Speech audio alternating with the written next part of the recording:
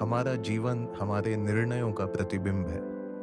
हर दिन हम छोटे और बड़े सैकड़ों फैसले लेते हैं, लेकिन कई बार हमें एहसास भी नहीं होता कि हमारी सोच में गहरी गलतियां, कॉग्निटिव बाइसेस होती हैं, जो हमें गलत फैसले लेने पर मजबूर कर देती हैं।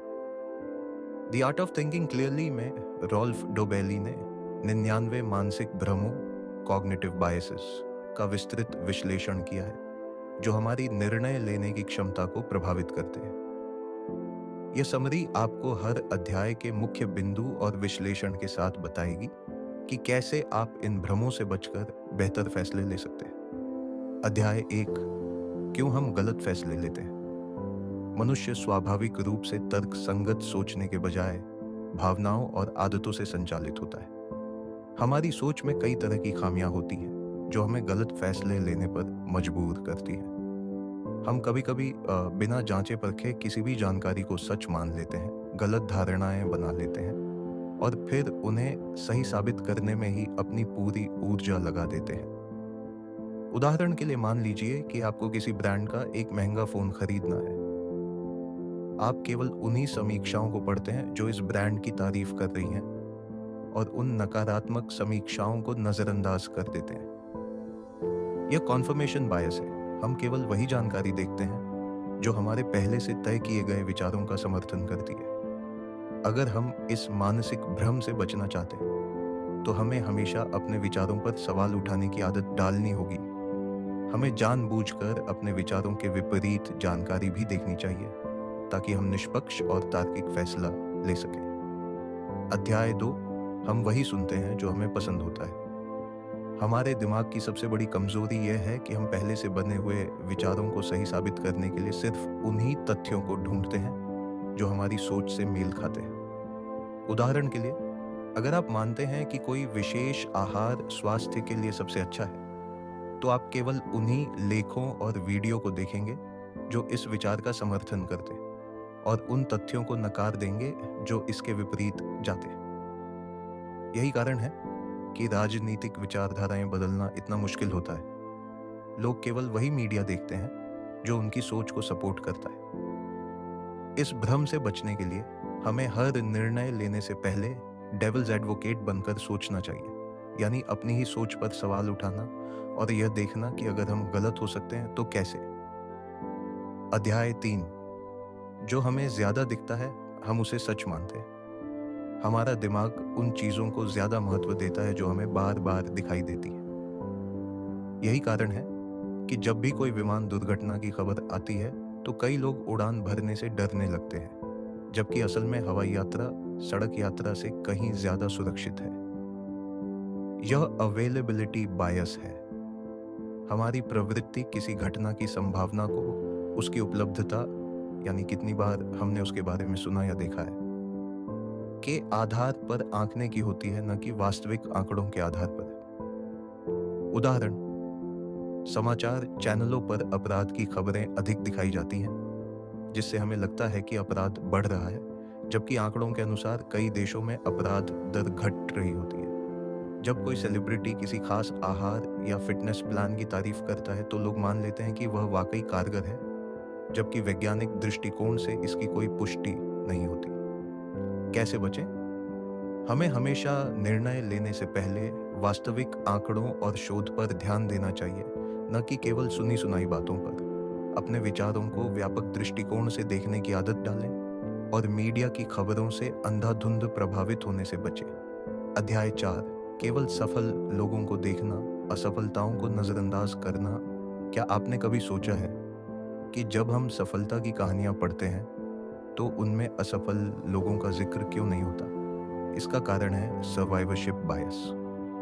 हम केवल उन उदाहरणों को देखते हैं जो सफल हुए हैं और उन हजारों लोगों को भूल जाते हैं जो असफल हो गए। उदाहरण, कई लोग सोचते हैं कि स्कूल ड्रॉप आउट होने के बाद भी सफल होना आसान है, क्योंकि उन्होंने स्टीव जॉब्स, बिल गेट्स और मार्क जुकरबर्ग जैसी कहानियां सुनी हैं।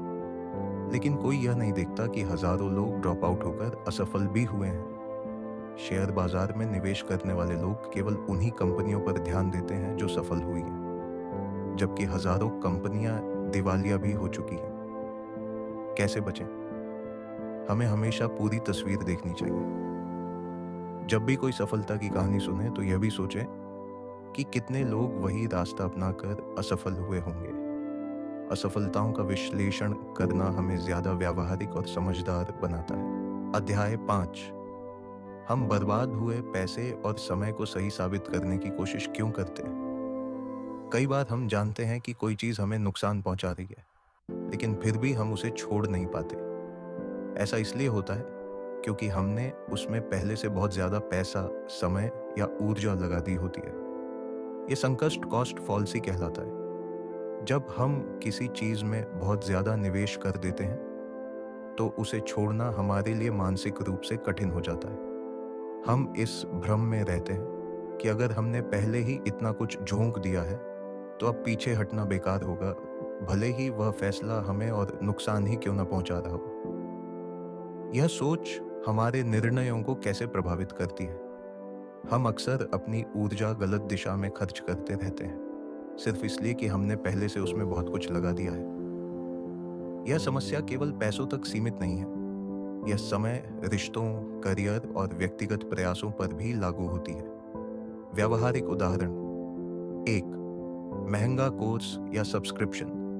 मान लीजिए आपने एक बहुत महंगा ऑनलाइन कोर्स खरीदा है, लेकिन कुछ दिनों बाद आपको लगता है कि यह आपके काम का नहीं है। फिर भी आप उसे पूरा करने की कोशिश करेंगे क्योंकि आपने पहले ही पैसे खर्च कर दिए हैं, जबकि तार्किक रूप से आपको उस समय को किसी और अच्छे कोर्स में लगाना चाहिए। 2. खराब रिश्ते। कई लोग खराब रिश्तों में फंसे रहते हैं सिर्फ इसलिए कि उन्होंने उसमें पहले से बहुत समय और भावनाएं निवेश कर दी हैं। वे सोचते हैं, मैं इतने साल इस रिश्ते में बर्बाद कर चुका हूं, अब इसे छोड़कर कुछ और शुरू करने का कोई मतलब नहीं है। लेकिन सच्चाई यह है कि अगर एक रिश्ता आपको खुशी नहीं दे रहा तो उसमें और समय लगाना आपको और नुकसान ही पहुंचाएगा। 3. नुकसान में चल रहा बिजनेस। एक व्यापारी अपने बिजनेस में लाखों रुपए लगा चुका है, लेकिन बिजनेस लगातार घाटे में चल रहा है। फिर भी वह उसे बंद नहीं करना चाहता क्योंकि उसे लगता है कि अगर वह अभी पीछे हट गया तो उसके पहले किए गए सभी प्रयास बेकार हो जाएंगे। चौथी फिल्म देखने की मजबूरी। आपने एक टिकट खरीदकर कोई फिल्म देखनी शुरू की, लेकिन कुछ देर में ही समझ आ गया कि यह फिल्म बहुत बोरिंग है। फिर भी आप थिएटर छोड़कर नहीं जाते क्योंकि आपने टिकट के पैसे पहले ही खर्च कर दिए हैं। लेकिन असल में अगर आप वहां से चले जाते तो आप अपना समय किसी बेहतर चीज में निवेश कर सकते थे। संक कॉस्ट फॉलिसी क्यों खतरनाक है? 1. बुरी आदतों को छोड़ना मुश्किल हो जाता है। अगर कोई व्यक्ति कई सालों से धूम्रपान कर रहा है तो वह सोच सकता है, मैं इतने सालों से पी रहा हूं, अब छोड़ने का क्या फायदा? लेकिन यह सोच उसे और नुकसान पहुंचा सकती है। 2. नुकसान बढ़ता जाता है। हम जितना अधिक किसी गलत चीज में लगे रहते हैं उतना ही ज्यादा नुकसान होता है। 3. बेहतर विकल्प छूट जाते हैं। अगर हम किसी नुकसानदायक चीज में फंसे रहते हैं तो हम अपने जीवन में आने वाले बेहतर अवसरों को नहीं पहचान पाते। कैसे बचें? 1. भविष्य की संभावनाओं पर ध्यान दें, न कि अतीत के निवेश पर। जब भी कोई निर्णय लें तो यह देखें कि वह भविष्य में आपको क्या लाभ देगा, न कि यह सोचें कि आपने अतीत में कितना निवेश किया है। 2. लॉजिक से सोचें, भावनाओं से नहीं। भावनाओं में बहकर निर्णय लेना हमारे नुकसान को और बढ़ा सकता है। हमेशा तर्क के आधार पर सोचें। 3. अपॉर्चुनिटी कॉस्ट को समझें। यह सोचें कि अगर आप इस खराब स्थिति में नहीं फंसते तो आप अपनी ऊर्जा और समय को किस बेहतर चीज में लगा सकते थे। 4. छोटे नुकसान को स्वीकार करना सीखें। कभी कभी थोड़ा नुकसान सह लेना ही भविष्य के बड़े नुकसान से बचने का सबसे अच्छा तरीका होता है। निष्कर्ष: संक कॉस्ट फैलेसी हमारे दिमाग का एक ऐसा भ्रम है जो हमें नुकसान पहुंचाने वाली चीजों में बने रहने के लिए मजबूर करता है। लेकिन हमें समझना चाहिए कि जो समय या पैसा बीत चुका है वह वापस नहीं आएगा। इसलिए हमें हमेशा यह देखना चाहिए कि हमारा अगला कदम हमें किस दिशा में ले जा रहा है। सही फैसले लेने के लिए हमें बीते हुए खर्च के बजाय आने वाले फायदों पर ध्यान देना होगा। अध्याय 6. पहली सुनी हुई जानकारी को ही सच मान लेना। क्या आपने कभी देखा है कि जब किसी चीज़ की कीमत पहले ज़्यादा बताई जाती है और फिर उसे कम कर दिया जाता है, तो वह हमें एक अच्छा सौदा लगने लगता है? यह एंकरिंग बायस है। हमारी प्रवृत्ति पहली सुनी हुई जानकारी को आधार बना लेने की होती है और उसी के अनुसार हम बाकी चीज़ों का मूल्यांकन करते हैं। कैसे काम करता है एंकरिंग बायस? मान लीजिए आपको एक स्मार्टफ़ोन खरीदना है। दुकान में जाते ही सेल्समैन आपको बताता है कि इसकी असली कीमत 50,000 रुपये थी, लेकिन आज ये सिर्फ 35,000 रुपये में मिल रहा है। आपको लगेगा कि ये एक बढ़िया ऑफर है, लेकिन हो सकता है कि इसकी असली कीमत ही 35,000 रुपये हो और 50,000 रुपये का आंकड़ा केवल आपको प्रभावित करने के लिए दिया गया हो। कुछ और उदाहरण। एक, डिस्काउंट मार्केटिंग। किसी उत्पाद पर 50% छूट देखकर हम तुरंत आकर्षित हो जाते हैं, लेकिन असल में दुकानदार ने पहले ही कीमत दोगुनी कर रखी होती है। 2, सैलरी नेगोशिएशन। अगर कोई कंपनी इंटरव्यू में कहे कि आपकी सैलरी 10 लाख रुपए सालाना हो सकती है, तो आप इसके आसपास ही अपनी उम्मीदें सेट कर लेंगे, लेकिन असल में हो सकता है कि आपकी योग्यता 12 लाख या 8 लाख की हो। तीसरे, घर या गाड़ी खरीदते समय कोई प्रॉपर्टी एजेंट कहता है कि इस अपार्टमेंट की कीमत 1 करोड़ रुपए थी, लेकिन अब यह 80 लाख रुपए में मिल रहा है। हमें लगेगा कि हम 20 लाख रुपए बचा रहे हैं, जबकि असल में इसकी असली कीमत ही 80 लाख रुपए रही होगी।